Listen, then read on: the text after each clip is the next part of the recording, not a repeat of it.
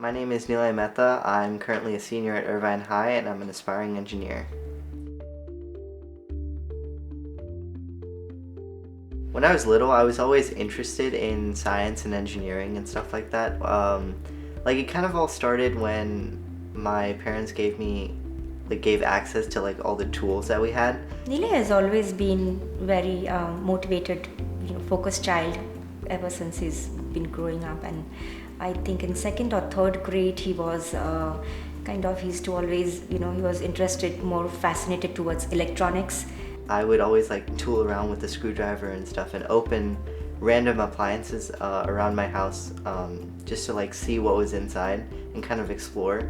So that kind of grew into my interest in robotics, and when I got the Lego Mindstorm, that was when I really realized that robotics was something I want to do. Lego Mindstorm was something else that he was very interested in, so that's something that he worked on. He developed a program using Lego Mindstorm to solve the Rubik's Cube. The science fairs at school really piqued my interest too, because it was exploring my interest in exploring the world around me. And he built his own computer as well. When a couple of years back when we had to buy one, he said, no, Dad, I want to create my own. I've always been interested in robotics, so when I saw this article in Popular Science, it was on this prosthetic called the iLem Ultra, and it's this prosthetic that was incredibly advanced for the year that was in, but it was also really expensive. So that kind of piqued my interest because it had robotics and a lot of moving parts, but the cost really shocked me because I didn't think it would be like 60,000 plus. And then I took a trip to India a summer later, and then what happened was I saw a lot of poverty, and there were people who had physical disabilities who couldn't work, and because of that they were kind of stuck in poverty and a burden to their family.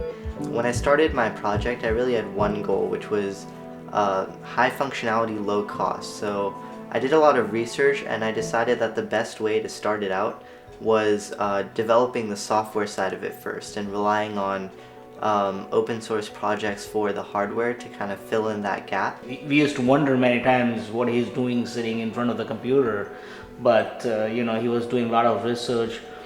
What happened was I started out 3D printing the hand at a public library because I didn't have a 3D printer. And I remember on one visit there was this man who approached me, and he was asking about my project and what I was printing on the 3D printer at the library. And when I was explaining my project to him, he kind of broke down and started crying in front of me.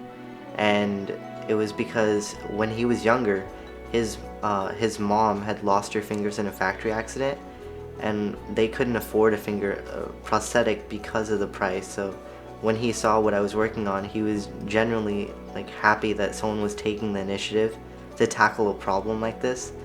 And it's experiences like these that drive me forward and motivate me to continue working on my project. He had the interest which was inborn in him, let me say that, it was inborn in him, that we just supported in whichever way we can to take it to the next level. I won multiple awards at the Orange County Science and Engineering Fair, which was one of my first fairs, and I won first in my category, as well as a couple special awards from organizations like the Beckman Foundation. And then I went on to state, where I won third place in my category, and it kind of all ended at Intel's International Science and Engineering Fair, where I also won third in my category, which was Biomedical and Health Sciences. We're very proud of him. Very proud of him. So ultimately the goal for me is to really bring what I've created into markets that have a need for this, and even if they don't have a need for this, because I think a prosthetic hand is something that someone should have regardless of their financial status, and that's what I want to work on.